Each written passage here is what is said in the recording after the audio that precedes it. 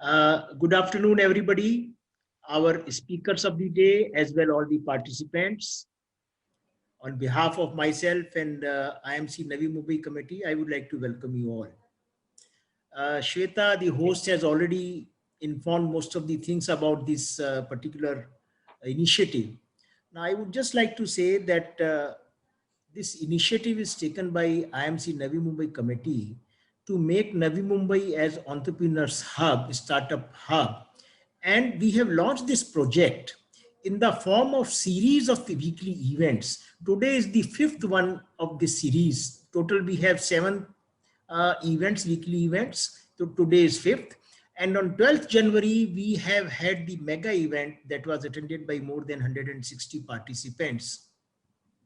The idea is to promote not only entrepreneurship, but to create the atmosphere and the field to make startups and entrepreneurs comfortable and let them not feel lonely and get them frustrated.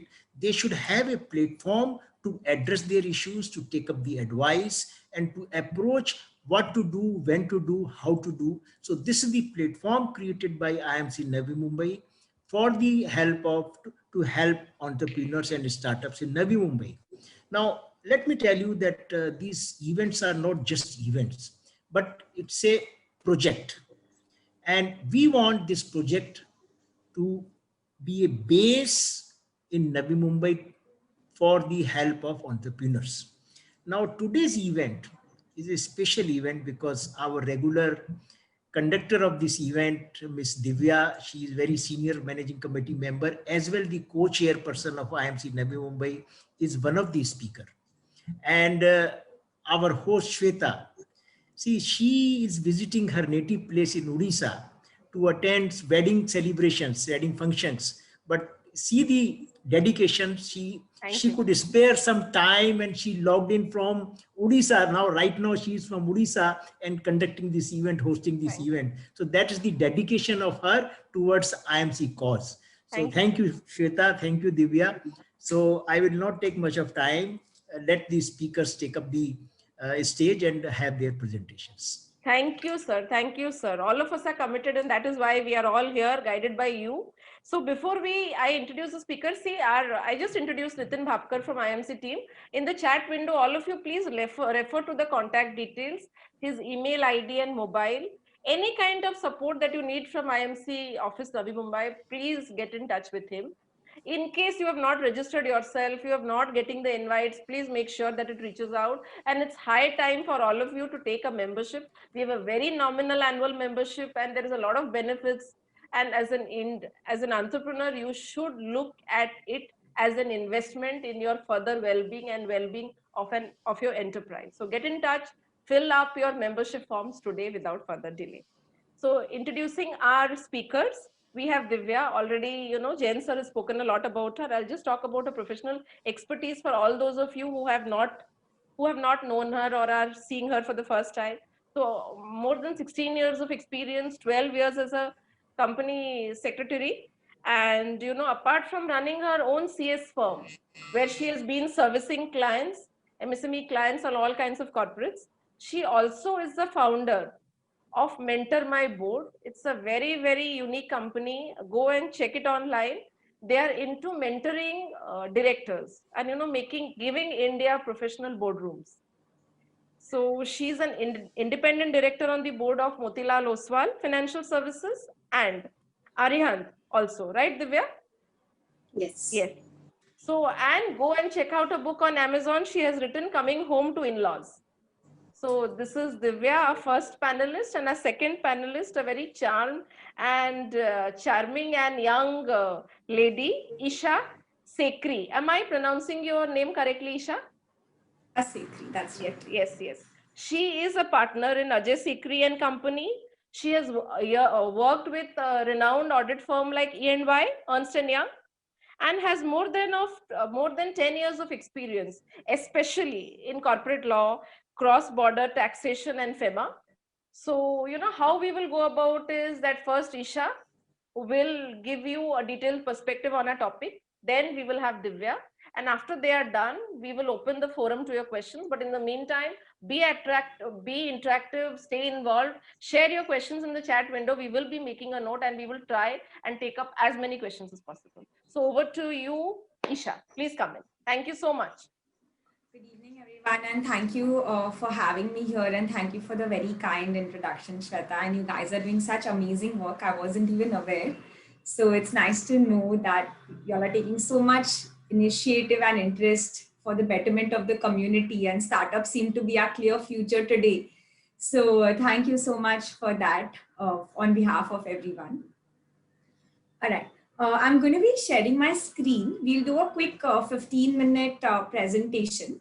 So my presentation is slightly more detailed. It is only for the benefit of others to be shared once the session is over. But we will only be doing summary of each of those points. Yeah, so I'm just going to do a share screen now. Yes. You can do it, Isha. And we'll make sure, everyone, that all the details will reach out to you. Please make sure that you leave your email ID with us, your contact details, so that we can send you the presentation after this. All right. Is my screen visible? Yes. It's visible.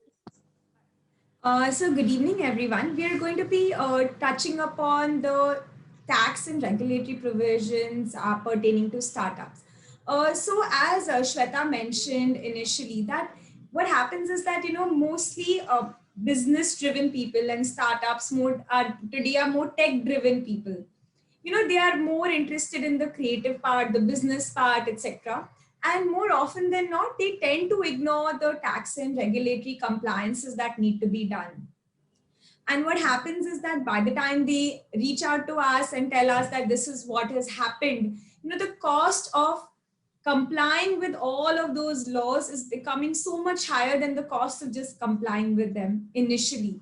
So the most important thing I would want you to all to remember, which I say in all my sessions, is the cost of non-compliance is far higher than the cost of compliance.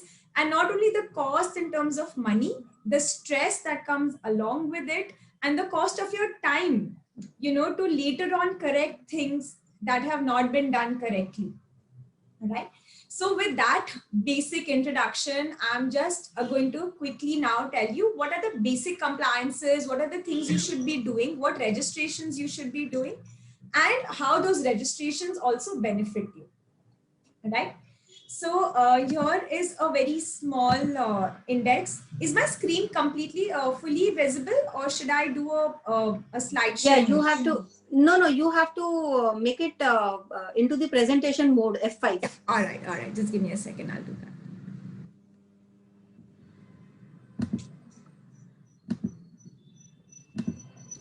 Is this better? Yeah. All right. Yeah, fine. All right. So this is briefly what we'll be covering. What is the meaning of startups? What is the difference between startup and MSME? What are the income tax benefits available? How do ESOPs and sweat equity work? Briefly, how do you issue shares for a consideration other than cash? Specific loans and bank accounts benefits available under FEMA? What happens during a due diligence, and how your cost of non-compliance is higher than the cost of compliance today? So to start with, I think everybody knows what a startup is and what is the Startup India program. So I'm not going to go too much into that. And here we've just discussed what is a startup. It is basically an entity initiated by an entrepreneur. It needs to build a scalable business model for which it needs funding. Primarily, that is what it is. And there are unicorns, which are startups, which are valued over USD 1 billion. Now, India has been witnessing a brand new generation of startups, and specifically tech startups. Now, let's go on to the separate registrations we have under MSME and startup. Now, MSME and startup as concepts are used interchangeably, right? So people don't understand that there is a difference in the registration and the benefits of being a MSME and a startup. To start with, let me tell you that they are not the same. All right, they are different registrations with different benefits, but they are also not mutually exclusive, meaning you can have an MSME registration plus a DPIIT registration as a startup. So to start with, let's understand the basic differences. All right. The basic differences are that a private limited company, LLP, and partnership firm are the only three kind of entities eligible to be registered as a startup under the DPIIT. However, for a MSME, even a sole proprietor firm, trust, and society can be registered. All right. So it also depends upon how you are operating. If you're operating as a sole proprietor, the Startup India DPIIT registration is not available to you. Having said that, MSME is available to you. Then there is a turnover criteria also there. In startup, it has to be less than 100 crores. And in MSME, it is further divided between micro, small, and medium. And then the amounts are mentioned over there. And here they are mentioned on the slide for your benefit.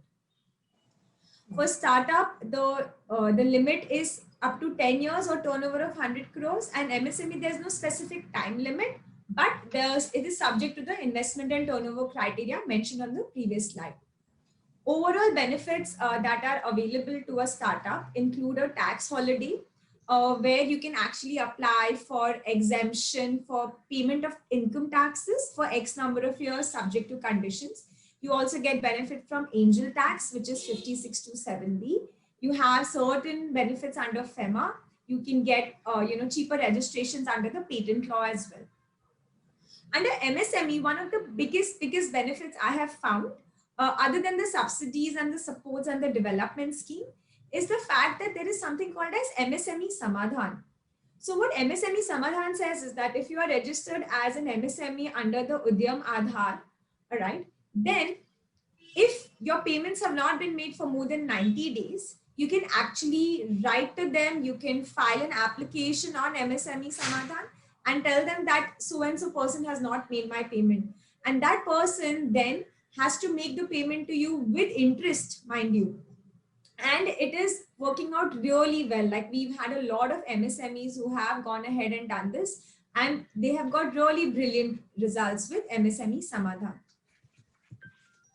So to register as a MSME, you have to go on this website called Udyam Registration, which is mentioned here. All right, please ensure you go to the correct registration link. There are more than one links that open up when you search for it. Udyam Aadhaar registration is free. All right, if you go to another link, they'll charge you 10,000-20,000 rupees just to do the registration, which is actually free. All right, so just remember that Udyam Aadhaar is actually free. Please click on the correct link. For some weird reason, their SEO is such that the sponsored links come first. This is basically what all you need to do if you're a new registration. And if you were already registered under Udyog Aadhaar prior to June 2020, please note that you all have to move your registration to Udyam Aadhaar before 31st of March 2021. So otherwise, from 1st April 2021, your old Udyog Aadhaar registration shall not be valid anymore. So the website is still not working properly. For some reason, it's taking much longer, but it is happening slowly. But I would just request everyone, if they have a registration, to please upgrade it to your Udyam Aadhaar.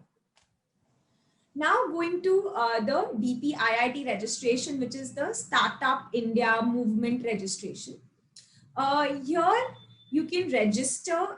They have a lot of benefits on their website itself over and above the tax and regulatory benefits. They offer online courses, they have mentoring, they have networking, you can participate, they have various programs and challenges. They even offer prize money and separate specific grants, if you are doing if you're doing XYZ. They also have IPR fast tracking. And the basic aim of the government, because the government is now recognizing that startups are our future, is to reduce the regulatory burden on startups, which will help them focus on their core business and keeping the cost of compliance low. Now, sadly enough, in India, the cost of compliance is very, very high, and there is a compliance for everything. There are so many forms to be filed, which Divya will also explain in terms of all that goes under the ROC, which I'm not covering at the moment. But there are so many forms to be filed, and it's also very overwhelming for them to, kind of keep track of everything. And they also cannot afford to pay a bigger consultant that much fees, right? Hence, the purpose of Startup India was to reduce the compliances or at least keep the compliance costs low, but that has not happened completely. I think that is in process. Maybe we'll achieve that in a little bit, but that has not happened completely yet. So you get your recognition. So there is a Startup India process. This is used to be a self-certification, not anymore. It's currently taking between 15 to 20 days to once you apply for you to get your recognition certificate by the DPIIT. And this, as I mentioned, is valid for 10 years or until you achieve your turnover of 100 crores. These are the basic details that you need to fill up and keep ready before you're doing your startup registration. Now, what are the income tax benefits available? So once you do your startup registration under the DPIIT, so under MSME, if you have registered, you don't get any specific income tax or FEMA benefits, which means that an individual firm, individual trust society, etc., will not be eligible for these benefits. These benefits are only available to startups registered with the DPIIT. So the first and biggest benefit is this exemption from angel tax. It's popularly called as angel tax because it is specifically for startups where, a lot of them were applying a DCF method, but the valuation was very, very high with the DCF method, but the company was making losses, right? So this section was basically affecting startups in a big way, which is why they came up with an exemption for it from angel tax. It's under section 56(2)(7)(b) of the Income Tax Act. This is a fairly simple thing. It's a self-certification and self-declaration. You only have to fill up a particular form. It has to be digitally signed. And that's about it. There are conditions associated with this exemption. Number one being that you have to be recognized as a startup by the DPIIT. And your share capital and share premium should not exceed 25 crores, which does not include share capital and premium received from a non-resident. And you cannot invest in XYZ assets, which is shares. You cannot hold shares of another company. You cannot buy jewelry. So basically, this startup cannot even invest in another company or have a subsidiary or anything at all. And even if you buy a car for the purpose of business, it cannot be more than 10 lakh rupees. You cannot even give loans. So the conditions are very, very, very strict and stringent. So once you apply for this, please ensure that you fulfill all these conditions, and they have to be fulfilled up to a period of 7 years from the year in which the shares were issued at a premium. So it's not even for 1 year. So these conditions are very easy to break, right? Because you will give a short-term loan to someone and you won't even realize, but then you will be not fulfilling this particular condition. So just be super careful about these conditions. There is also another section called section 68 where you have to prove the genuineness of the shareholder. For some reason, this section still needs to be complied with by startups, and there is no separate exemption given here. Tax holiday is also what has been given to startups. It is for a period of 3 out of 10 years. Sorry, it is for a period of 7 years. I'm so sorry, that should not be 3. It should be 3 out of 10 years and this is available to eligible startups. However, in this case, you also separately have to take a certificate from the Inter-Ministerial Board of Certification. Now, this is over and above your startup registration with the DPIIT. So you first register with the DPIIT, and thereafter you can have to apply to the Inter-Ministerial Board of Certification. Practically speaking, only 1% of startups get this particular certification. All right. So it's not so easy to get. You have to really make your case strong about how you're innovative and how you are different and how no one else is doing what you're doing. Fairly difficult to get, but 1% startups have been receiving this particular tax holiday exemption as well. These are the conditions that you're getting. Then quickly moving on to ESOPs and sweat equity. So there is a difference, for startups, people tend to use ESOP, sweat equity, and even shares given to consultants in general who are not related to the company by way of employment or directors as ESOPs and sweat equity. However, that is separate, and we will also discuss that in just a minute. So the benefit that is available to to a startup registered with the DPIIT is that an employee who belongs to the promoter group or a director who owns more than 10% of the outstanding equity shares is ideally not allowed to apply for ESOPs. However, if you're a startup, then for the first 5 years from the date of incorporation, you can even issue the shares to your directors and promoters as ESOPs. There's also been a deferment of tax on ESOPs by Finance Act 2020. This is not an exemption, just a deferment. And for this, you have to but get the Interministerial Board of Certification, which is required for the tax holiday. So if you get the tax holiday interministerial certification, then it applies for both, for the tax holiday as well as the deferment of tax on ESOP. This is up to 4 years, but this is a deferment, not an exemption. Then there are FEMA regulations also, which you have to take care of in case your employees are outside India, or the ESOPs given out of your holding or subsidiary company, whichever one, which is outside India. Similarly for sweat equity shares, all right, now these can be allotted to, here there was a cap of 25% of the share capital under company law. However, for startups, this percentage can go up to 50%. So they can issue up to 50% of their share capital up to 5 years if it is a startup registered, recognized by the DPIIT. Then coming to issue of shares for a consideration other than cash, there is no specific exemption available here, but any person other than your employee or director, say you hire a consultant for some project and you don't want to have money to pay them, so you can also allot shares to them, but after following these specific guidelines. Coming to loans and specific bank accounts. So in India, RBI is fairly strict about raising loans from non-residents under FEMA, and loans under FEMA are called as external commercial borrowings. For a startup which is registered by the DPIIT, there have been a lot of relaxations given to them. They can raise it from anyone. They can make any amount of interest, and the end use can be anything. So these three are really big relaxations given to startups which are registered with the DPIIT. Bank accounts. The specific benefits that are given under FEMA for bank accounts under startups is that in their EEFC account, which is an exchange earner foreign currency account for exports, you can even credit the sales of your subsidiary company, which is generally not allowed. In your bank account, only your sale money should be credited. But these specific exemptions have been given under FEMA.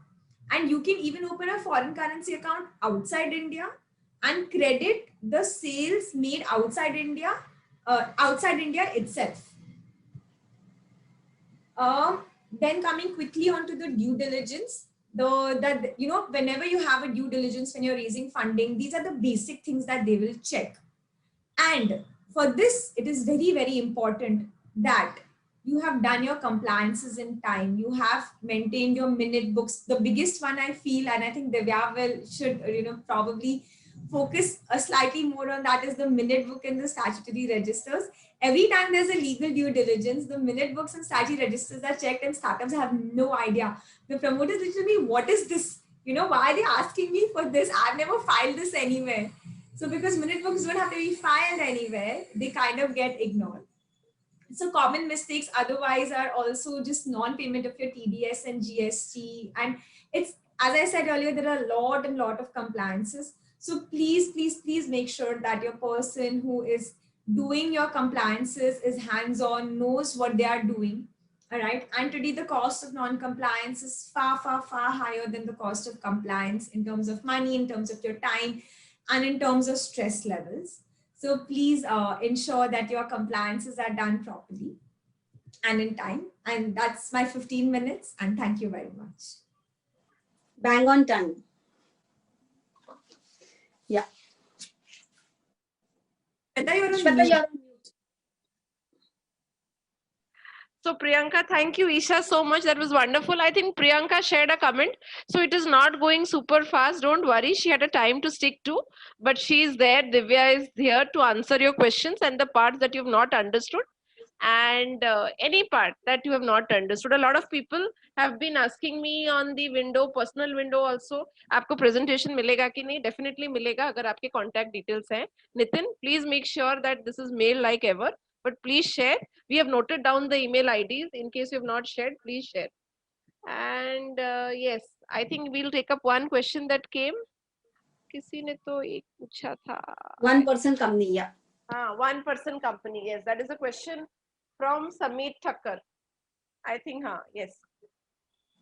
Yeah. Can a So, 1% company be registered as a startup? Yes. Yes, it can be registered. It has to be a company, it can be registered. However, having said that, when you register it as a startup, also the basic benefit of your 5627B, which is your angel tax, you anyways cannot raise money in a 1% company. So you'll get your tax holiday if you apply for it, but your basic benefit of angel tax will not be available to you because you can't raise money in a 1% company. And I think he's talking about a 1% company, or maybe he's talking about a proprietary firm. No. 1% there is company, OPC. There is a OPC, yeah. There's OPC concept is there, for sure, it's there. But we have a 1% company as a startup registered also, but that's exactly what I told her. I was like, you're not going to raise any money. So this entire benefit may not be, available to you, but other benefits are definitely available.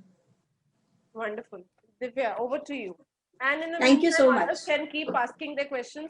And Nitin, please make a note of the email IDs that are being shared in the chat box. Yeah. Yes. Thank you so much. And Isha, you really set the foundation for the entire discussion today, and very crisp. I know the topic itself is so lengthy. You can't simply cover, and initially also I spoke that I usually take 4-hour session on these topics. So 15 minutes या 1 घंटे में justify करना is not possible, but yes, you have covered each and every part of the journey of a startup as far as the compliance is concerned. Now let me ask some basic questions here. How many of us here are registered as a private limited company? Let me take some feedbacks based on which I'm going to keep my presentation. So how many of you have a private limited company? If you have a private limited company, say yes. So that we know, yeah, yes. Okay, super. How many of you are running your businesses in a proprietorship? I mean, you'll have to write P something. P, just write P if you're running your business in a proprietorship. Yeah, so we do have people who have their proprietorships. How many of you are doing your business in a partnership model? So you can say PA. Anyone here working in PA? Okay. Okay. So one person is still there. Anyone here who's running the business in LLP model? So you can say LLP. Anyone here? Okay. So what I understand is majority of the people here, they are running their businesses in a private limited company, and therefore they could absolutely correlate what Isha has been speaking about, these registrations with DPIIT, getting your ESOPs, you're structuring your ESOPs. So if you have any of those questions on those very, very critical aspects of these startups, make sure that you're writing in the chat box. Now, let me, very, very clearly, because I know there are a lot of people who are thinking of starting a business. They've not yet decided their form of structure, which structure I should create. Should I create a private limited? Should I create a LLP, or should I, remain a proprietor or a partner if you have a partner? So I'm going to talk more about the structures, which structures give you more benefits, which structures have the limitations. And let me start with the basic entity selection criteria, how you select your entity. So first and foremost is tax liability. If you feel that you don't want to get into, with the new relaxations which have come in, private limited companies are now under the tax slab of 25%. And if you're running a business in a proprietorship, you are under the higher bracket of 30%. So you have to make sure that if you really want to, because if you're, looking at the scalability, what your tax liability is going to be. So based on that, you can create your structure. Now, if you are planning to have a manufacturing unit, then let me tell you, 15% is the tax slab. If you have, there are again certain conditions, restrictions applicable to that also, but 15% flat is the taxation rate for this the manufacturing startups. So that's kind of a boost, already in the startup initiative, Make in India initiative, government has been doing. The next comes is the risk of personal liability. So if I say I am running a business in a proprietorship model, I am not answerable to anyone. I don't have to, do a lot of compliances. I don't have to make reports. I don't have to make minutes of my company. I am the whole and sole decision maker. But then why people move from a proprietorship wherein you have so much of authority to a private limited? The basic and foremost reason why people move from a traditional proprietorship or a partnership model to a private limited or a LLP is the concept of limited liability. That means if anything goes wrong in your business, in case of proprietorship and partnership, all your personal assets are personally liable. But in case of private limited company, the assets, nobody can come and attach your personal assets unless you have given a personal guarantee. That's a different matter. But you and your entity are totally separate. That is a risk of personal liability. So if you want to keep your business and your personal assets separate, then creating a limited liability partnership or private limited company. The name itself mentions it's a limited liability. Now, third is preference of investors. For example, I, as a company secretary, I run my business in a proprietorship. I don't need investors coming in my company. So I will never go for for that particular practice in a private limited company because I'm not looking for investors. But if I have a private limited company wherein I'm looking for growing business, I'm looking to scale up, I'm looking for additional funds to come in because I have huge business plans for which execution I need funds. So I surely will need investors, and when investors come to the company, they will never come into a business which is having huge unlimited liability. They will always come into a business which has a limited liability. And again, in the private limited company, you have a lot of structures. When you are issuing capital, you can issue capital in the form of equity. You can issue capital in the form of preference shares.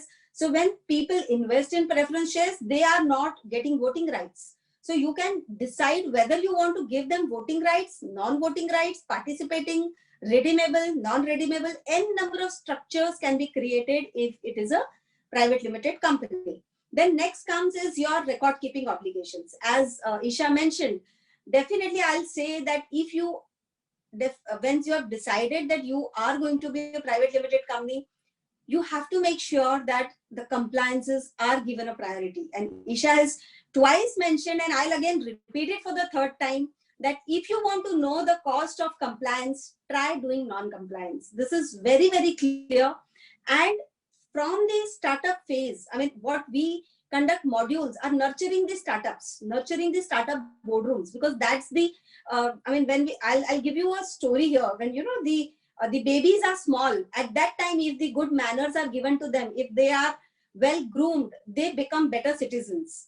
And exactly the similar way, when the corporates are, the startups, they are at the very nascent stage of their formation. At that time, if the corporates or the companies are complying with proper laws, regulations, the culture in the entire organization, the companies get set towards the compliance mindset and not towards the chalta hai attitude. So that's where those corporates become a big sustainable corporates. Now, here we say record keeping obligations. Yes, in a private limited company, the records have to be maintained very, very clearly. For example, your minutes have to be maintained. Your board meetings have to be conducted. Now, a lot of people ask, Madam, मैं और मेरा husband ही है, मैं और मेरी wife है. Why do we need to have a board meeting? Because under the law, every person is treated, or every entity is treated as the same. They don't know who are the shareholders. Are they husband, wife, or are they outsiders, or are they friends? The rules are made uniformly for everyone.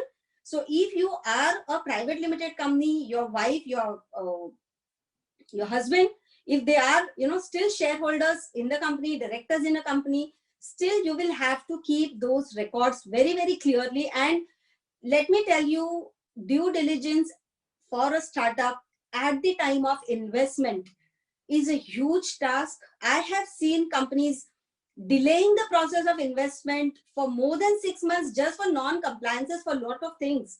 GST nahi bhara, taxes nahi bhara, income tax mein TDS challenges hai, GST match nahi ho raha hai, and n number of things, including your records are not maintained, minutes are not there, share certificates are not there, franking of share certificates are not done, because mera hi company hai.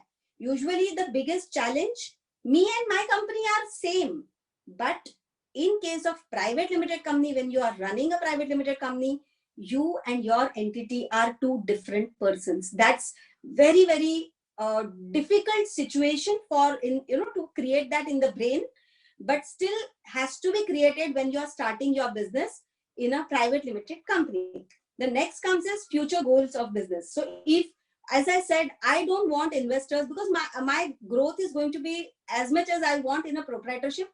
I have a very limited mindset. मुझे नहीं करना इससे ज़्यादा grow, मुझे इससे ज़्यादा पैसे की ज़रूरत नहीं है. My business is not capital intensive. I may be a consultant. I may not need that much of investment to come in. And if I don't have that much of vision in my own business, I may never want to form a private limited company. But if I have future plans, if I have huge goals for my business, I surely will need that. A lot of investors will be required. And exactly the similar way, you see the Uber, you see the Ola, you see even Byju's for that matter. I think that's the highest valuation company in India today. So for getting those, attracting those investments, investors only come into those companies who have better trust, better compliance. Now, what happens when you do compliance? The first thing which happens is the investors get a confidence, a trust in your company that you are a law-abiding corporate citizen of India. You are paying your taxes regularly. You are keeping your records properly. And that's where that means that you have a compliance mindset, and that is going to take you to the next level. And that's where the investors also have more trust in you. Let me tell you, what comes to your mind when you think of the highest ethical company of India. Can anyone type in a chat box quickly? Anyone? Highest ethical, exactly. I was expecting these answers. Perfect. Tata's, Godrej and Infosys, Wipro, absolutely. So in fact, Infosys, Narayan Murthy has been the foundation. He has set the foundation of corporate governance in India. Tatas have been in businesses for more than 100 years now, and they have been doing all their businesses at the most ethical way, at the most transparent way, and at the most compliant way.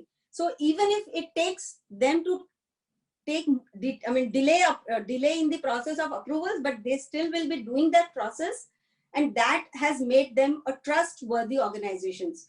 So I will end my 15-minute slot here. Then I'll keep it open for the everyone to ask questions. So make sure that you are selecting your business very, very clearly with the object in mind, how you have to grow, what structures will suit you. So a lot of times it happens that people say, oh, private limited banana hai, so just make it. No. If you feel that you two are going to be the only investors for next 2 years, you don't need to have those compliances. You can open limited liability partnership. It is a traditional partnership with a combination of a corporate structure, which is called LLP. And that really saves a lot of compliance burden for the startups. But yes, as Isha had mentioned, that if you want to get those benefits of startup for 3 years exemption, that is available only if you are a private limited company. That's not available for LLPs. Rest all benefits are available for the LLPs also. So with this, I will open the session and to the participants. Yeah. We'll take up questions. Divya, we can take the first question that is already there from Pavan. Pavan Bomera, if you could give a little bit about your background. Divya, you can take up the question. I think there's a question in the chat window. Okay. Since now, I'll read the question for you. Since now, after the amendment where OPC can be incorporated by non-resident, whether they can do startup business in India as a OPC? Yes. Any company which, because OPC is ultimately a private limited company. It is just that there is one shareholder and one director. That's it. Apart from that, there are certain exemptions under the company law, which says that the OPCs need not have AGM, annual general meeting, because there is only one person. आप meeting किसके साथ करोगे? So there are certain exemptions, but yes, OPCs can register under Startup India, as already Isha has mentioned, and even NRIs can, get the benefit of that. Isha, I think you can also unmute yourself, because there'll be questions for both of you. So both of you have to be. Now, I would request the participants that please unmute yourself when there is a question. Introduce yourself and your company quickly in 10 seconds, not more than that, and put forward your question. That can be very, very specific to what you do, but it has to be under taxation and compliance, which is our discussion for the day. Yes. Or if you want me to take up, you can put it in the chat window.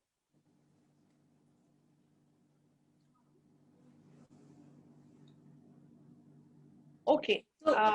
Yes. Is there a question? Yeah, go ahead. No, go ahead, Shweta. No, you're saying something. No, I was. You're saying. Yeah. So if participants would like to have, we can even share. When we are talking of the startups and the SMEs and MSMEs, raising funds through IPOs is again a wonderful opportunity for startups. The Bombay Stock Exchange, National Stock Exchange have clearly set up these startup exchanges. They're promoting startups to come out and raise money from public. I think on the Bombay Stock Exchange already between 5 or 10 startups have raised money on the exchanges, and they've gone public at the startup phase. After 2 years or 2.5 years of monitoring, then they migrate them to the main board if they are scaling, if they have that kind of turnover meeting criteria. But startup registrations at the exchanges to raise money from public as low as 1 CR is available. Those opportunities are available for startups today. And I have heard a lot of speeches of Nitin Gadkari, who clearly mentions that India is now sitting or standing at such a stage that we have huge potential to raise money from public, and rather than completely depending on the bank fundings, the companies should explore this opportunity, which is very, very huge in terms of the Indian markets. Yeah. So if there is a question. Yes, I think there is a question from Dr. Rajkumar, Advocate Dr. Rajkumar. Please unmute yourself and ask your question, sir. We can see your hand being raised. Yes, thank you.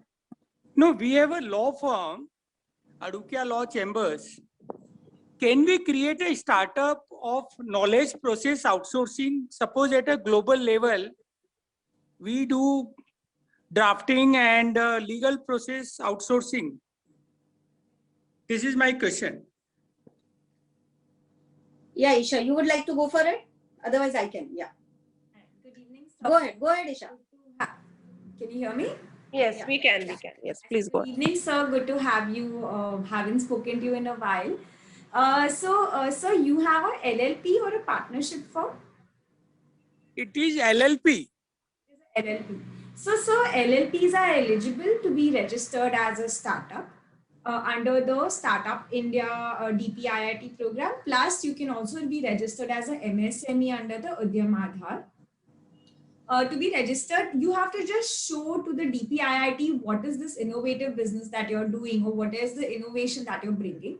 So in this case, it's going to be knowledge sharing, which is going to be something which is very, very innovative and more social impact also. So definitely you should be able to get your registration fairly easily. Divya, anything to add? Absolutely. So in fact, if there is, so again, the definition of Startup India has two components. One is the innovation, and the second is improvement over the existing process. So even if you have some kind of a very innovative improvement over the existing process in terms of documentation, in terms of the knowledge sharing, it can be surely converted as a startup idea and it can be registered. Wonderful, wonderful. There is a question from Amit Srivastav in the chat window, Divya. Yeah. Is GST, yes, becoming compulsory? Yeah. Yeah. So Isha can take it up for GST. Yeah. Sure. So, Amit, basically GST is not compulsory depending on the entity. It is linked to your turnover.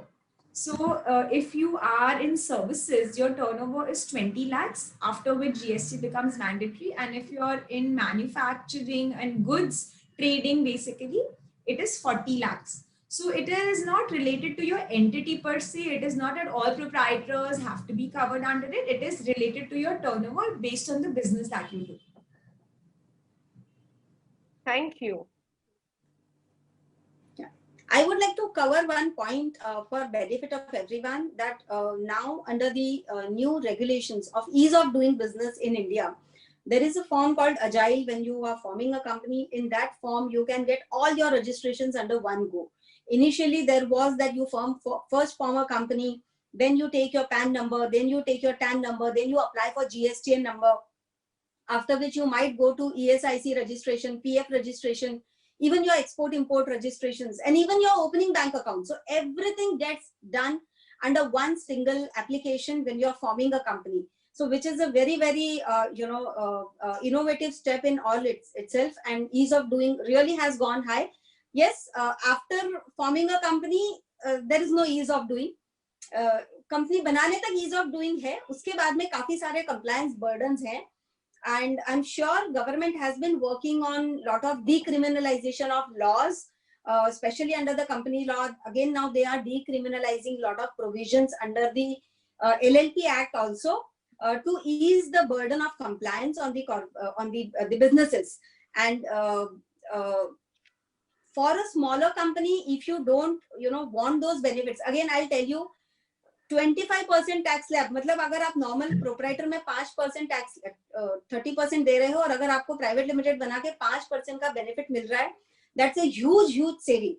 Over and above, if, as Isha already mentioned, 3 years of complete tax holiday, that means nobody is going to ask taxes, and you're going to save 25% of your entire, and उससे भी ज़्यादा वो 3 साल आप choose कर सकते हो over a period of 10 years.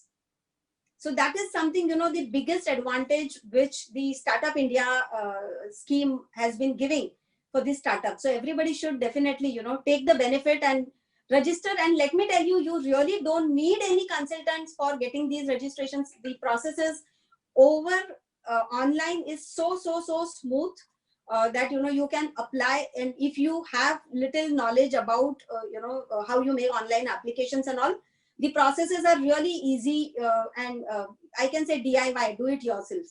So, yeah. So, what is the firm name of the single firm? Somebody is asking HP. Agile. It is called Agile firm. It is available on Ministry of Corporate Affairs website. Okay.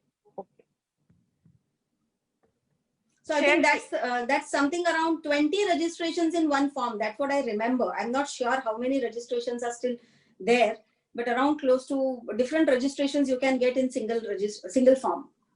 So Wonderful. Yeah. I'd also like to add to that to say that it is also fairly quick today. So, just adding to what Divya is saying, once you've done your name approval, which also literally comes in 2 hours, if all your documents are in order and you have done it correctly, your company can be formed in 1 day today. And all your registrations do come after a little while. There was some technical glitches in terms of GST registrations, etc. Plus the bank account opening as well. Having said that, it has improved, and so literally within 1 day, your PAN, TAN, company, everything is done. And it's also fairly simple today because MOA, AOA, everything is online now. It's not a hard copy thing which needs a signature. Everything is digitally signed. They have the table F of the AOA. You select what you want, you add it, you amend it online. So all of that has become fairly easy, in terms of the company incorporation. Yes. So in fact, somebody has asked me a question on the Startup India criteria, what are for the Startup India. So let me share the post-issue capital should not exceed 25 CR, and with a minimum capital of paid up capital of 1 CR, you can think of getting listed as a startup. 2 years, you should have investors and QIB or angel investor invested in your company so that your compliance structure is set to get listed. And if the company is DPIIT registered, this 2 years criteria is not required.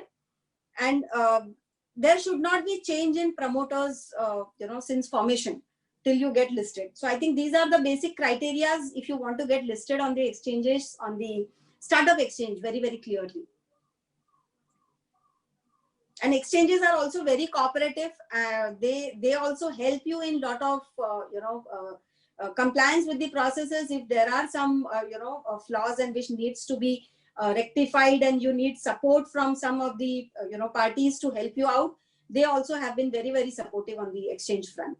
So this is one area which I think India has fairly unutilized, and there is a huge potential for startups to go out and raise money from public.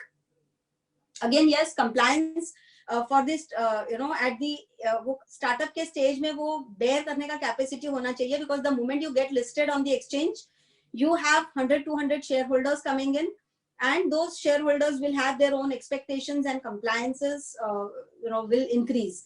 So again, there are a lot of consultants, surely you can take help. So that's how, I mean, the restrictions of money raising usually now I think have literally gone, because there are so many avenues which have opened for the startups to raise funds. And I remember initially formation of the company used to take a month's time, almost a month's time to get the company registered. And now it's even 1 day or 1.5 days your company is formed. So yeah. So Divya and Isha, I can keep shooting your questions, all of you. So here I have a question for both of you. So today both of you run firms. You are saying बहुत doable है, simple है. I know a lot of us are tech savvy also, we can do it. But still कभी-कभी क्या होता है ना, you have so many things to do. If you are in the key team, you still have co-founders, directors, but बहुत कुछ हो जाता है. A lot of things you lose. Knowing it, you don't do it in time. So what's the best approach to take? How should you select your compliance or CS partner? What kind of firms? कैसे payment agreements? कैसा can you give us? I know it's very difficult, but एक approximate cost. कि साल में इतना मुझे budget करना चाहिए for a service partner. How to get a service partner? That part is very important. If both of you could answer that for a startup. Yeah, go ahead. Why don't you start and then I'll. Okay. So see, as far as because I have been guiding a lot of startups, and the most and foremost thing when the startups comes is only considering the formation cost. The main thing starts after you form a company. Company formation cost is very negligible, considering the scalability what you are looking at, and exactly that's where. Yeah, Nitin, can you mute, please? I have muted. Yes, I have muted. Done. So yes, so that's where you need to really actually you enter into, and as Isha had mentioned, when the due diligence starts, तब पता चलता है कि अरे startup ने ये नहीं बनाया, वो records नहीं है, these things are not there. So to keep that compliance culture very, very intact from the day one of a company, I don't think more than only the secretarial part or the GST taxation, because all areas are very, very different. You may have a different GST consultant, you may have a different income tax consultant or the statutory auditors, you may have a different secretarial consultant. So considering the overall cost for a startup, I don't think it will be more than ₹1 lakh overall. Then the breaking can be anywhere. So 1 lakh should be a minimum cost which every startup should have in the back of the mind, that ye mera compliance cost lagna hi lagna hai. And you should invest that amount. And I would use the word invest, not to use the word the expenses, because this is an investment for your future. Yes, I think this point is very important, because a lot of us look at all this as cost, and इसीलिए हम बचाने की कोशिश करते हैं, long time में बहुत कुछ खो देते हैं इस बचाने के चक्कर में. So that's our approach has to really change. Yes, so Kajal is complimenting Divya, Isha and myself. Thank you so much, Kajal. It is all because we want all of us to be together and share, and increase the number of women getting visibility and doing well. So join us. Okay. Shweta, I just want to add something there. Okay. Actually, I think that the cost is little more than the 1 lakh also.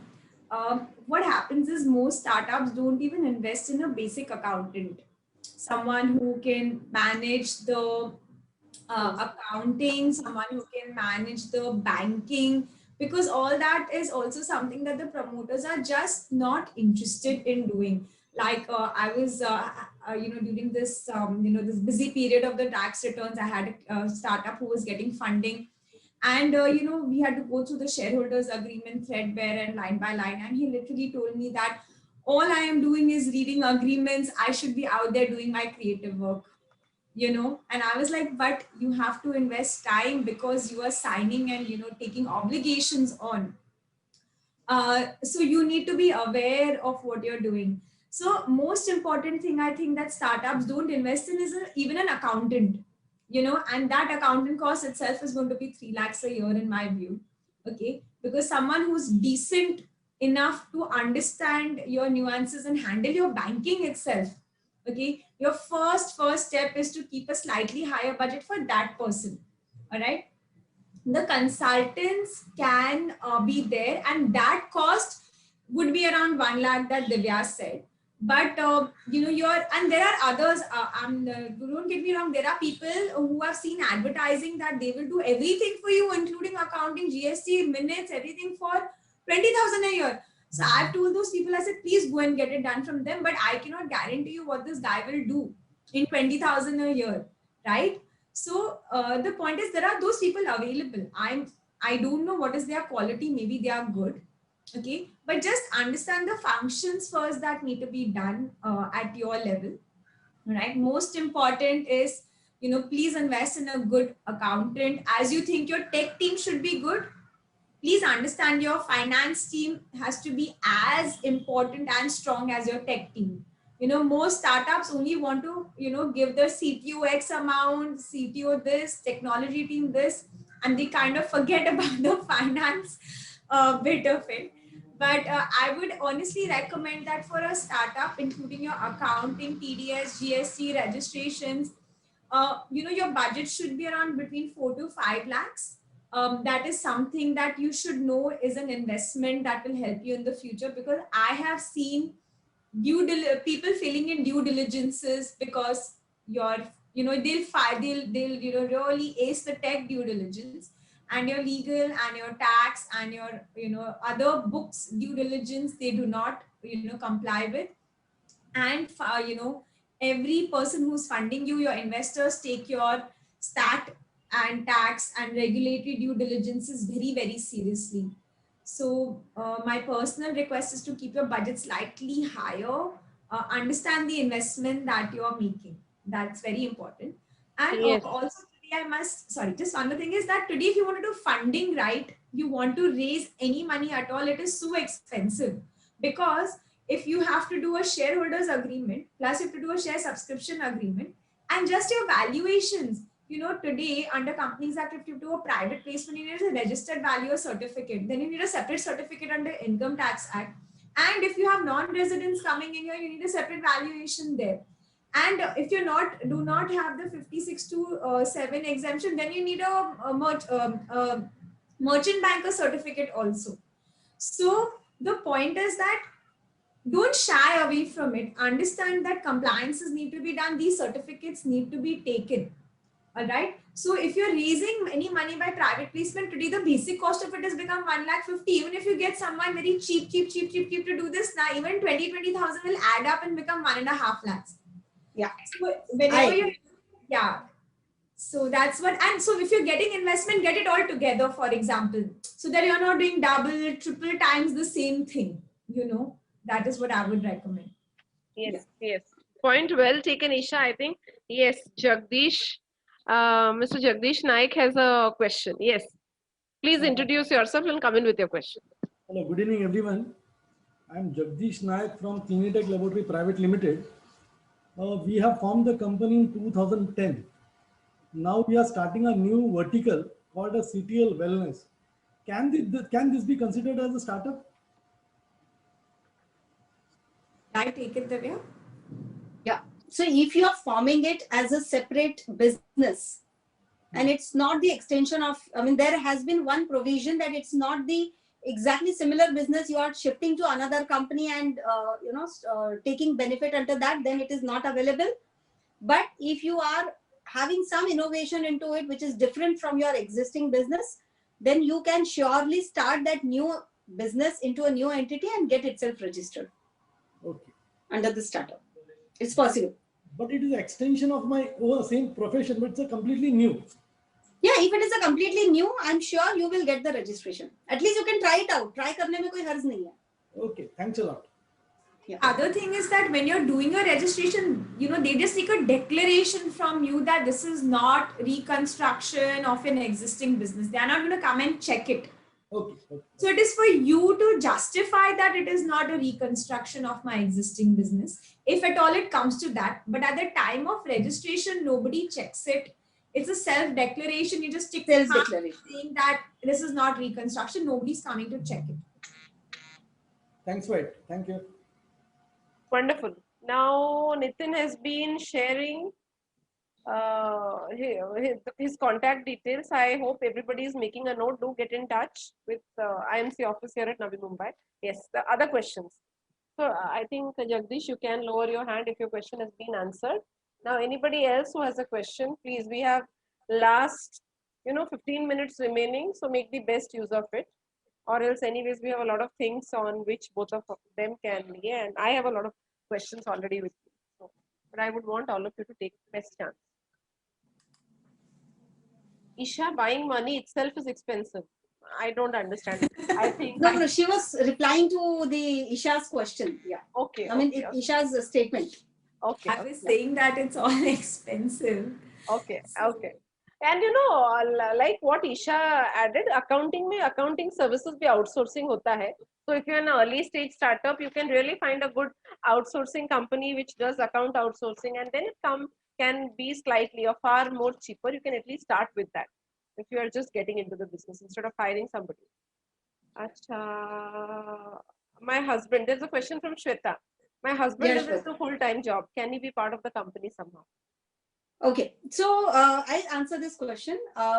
See, if the person is, because a lot of people, come to us and they say that we are in employment, but still we want to start a company, and 2 साल में जब company set हो जाएगा, we will move out of our company and start the, take over our business. So in such situations, usually there are two things which you need to be very, very careful. One is, if you are doing the similar business what your company has been doing, in which you are working, make sure that there are no NDAs signed with the company. Otherwise, there can be challenges. Second is, if you are becoming a shareholder in a company, then you make sure that you are declaring this to your company that I am becoming a shareholder in this company, and you take clearance from your HR department, because a lot of big companies, I mean, the chota company hai, to probably they may not be aware, but a lot of big established corporates have their very stringent HR practices, and that can land up in the penalties and the consequences. So that's one. And yes, you can do that. You can form a company with your relatives' name. Relatives' names, and then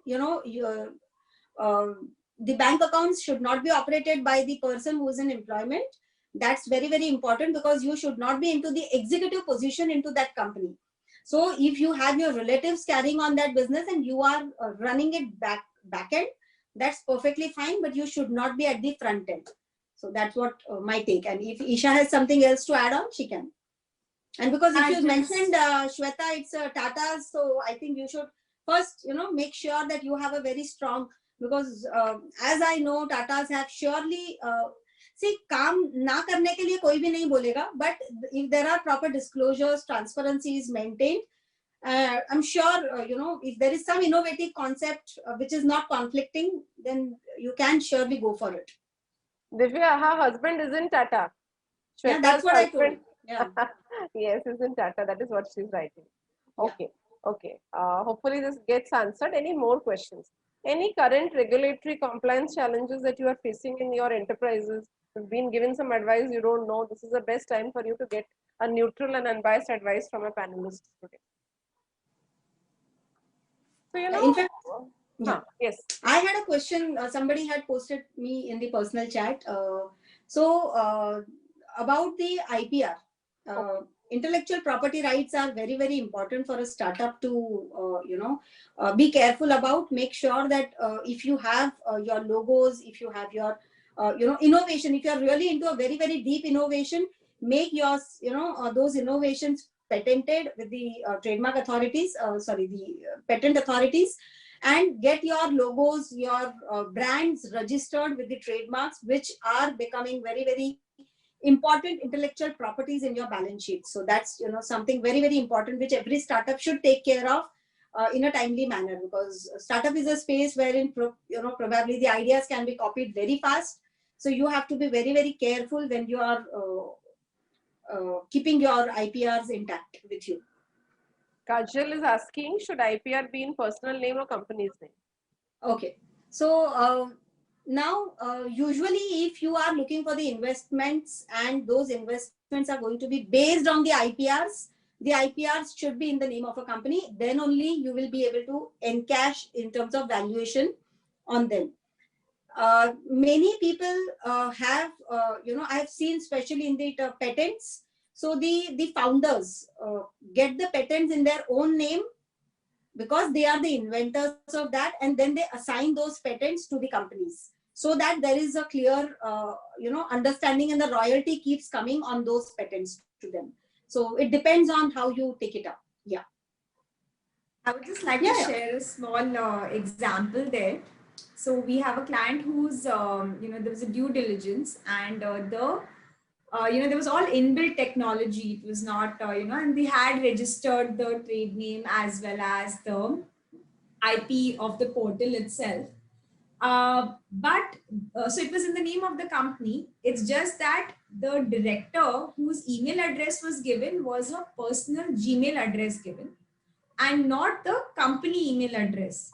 So in their tech due diligence, they even raised a question as to why is your personal email given if this is a company owned, IP, registered IP. And so she said, oh, it was done initially when our, email addresses. Then they said, no, you should have updated your email address. So to that extent, if they want the ownership of the IP, if it is owned by the company, for example, you decide to own it in the company itself, then even these smaller things that we wouldn't have bothered about also have an impact during a due diligence. Yeah, absolutely. Specific examples, Divya, Isha, both of you could come, give. Very recently you've come across your clients, people who have been dealing, basic cheezein jo hona chahiye, what kind of issues they have faced, challenges they have faced. 1, 2 very relevant commonplace mistakes that all of us make. I think that would give everybody a lot of clarity. Yeah. So I think I'll go first, and then Isha can, share her experience. So very, very, recently, what one incident we have observed in one of the startup registration when we were handling is that the founders, as far as the capital structure is concerned, they were not very clear in terms of their own capital structure at the promoter level. And when they took investment from outside, after 6 months or so, the promoters had dispute between them. And that actually led to a lot of complications when the investors are there and promoters are fighting. So one thing which I would recommend, before taking investment, promoters or the founders should have the co-founders agreement to be executed as to what if something goes wrong, what if, this happens, what if that happens in between the promoters, and then you take on the, additional funds from outside. So that's my practical experience, which I have observed. Oh, very, very good point. Yeah. Sometimes we just take each other for granted, and we could be absolutely biggest bottlenecks, especially, it could be husband and wife mein ho sakta hai, brothers, business partners. So, this is a very important thing. Okay. Yeah. So there is a question from, is that a question? Brand owner, is that the one to raise IPO? The brand should be the name of the company. This is a continuing question from Kajal. Divya or Isha, if you could just take that and... Yeah, usually exactly in terms of the IPOs and all, when the companies, they surely go through a huge due diligence. Merchant bankers, the due diligence process itself takes more than 6 months to 8 months.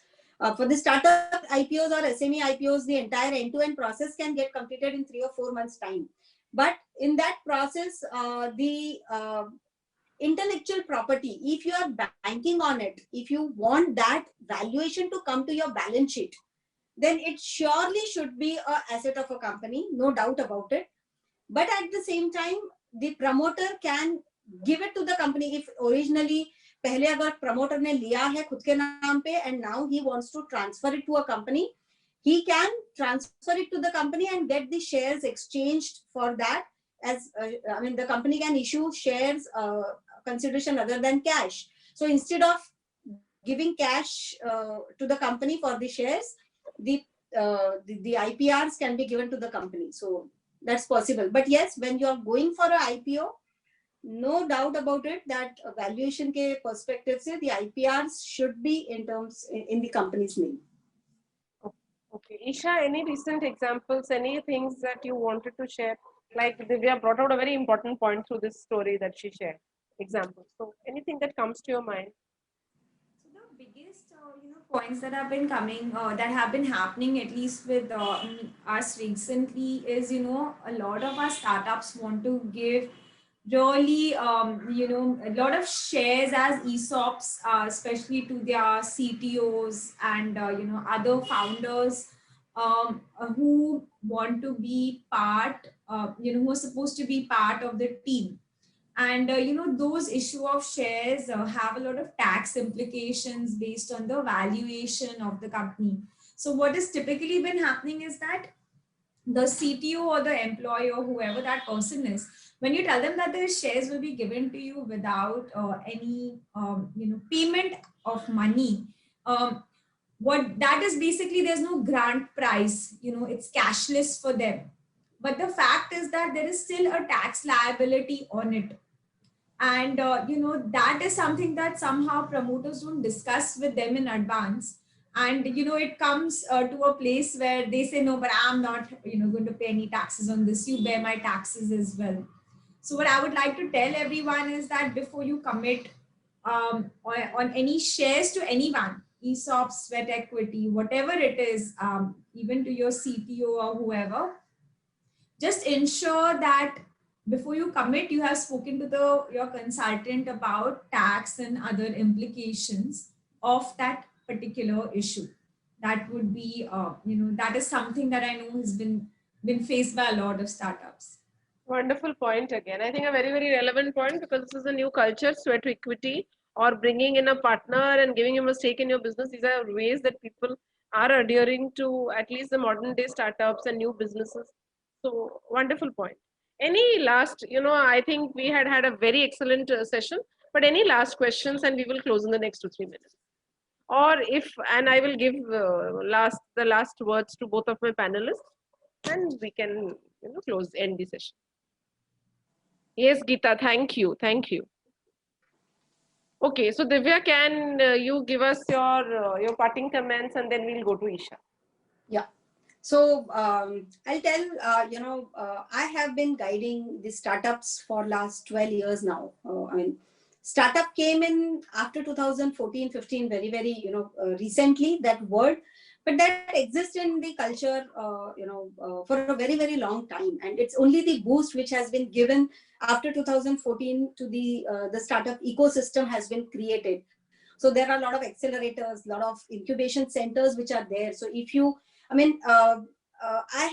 tell you, I have seen two friends coming together to my office and forming a company and, starting on such a wonderful note. And after 6 months, one person comes and says, oh, this person has done that.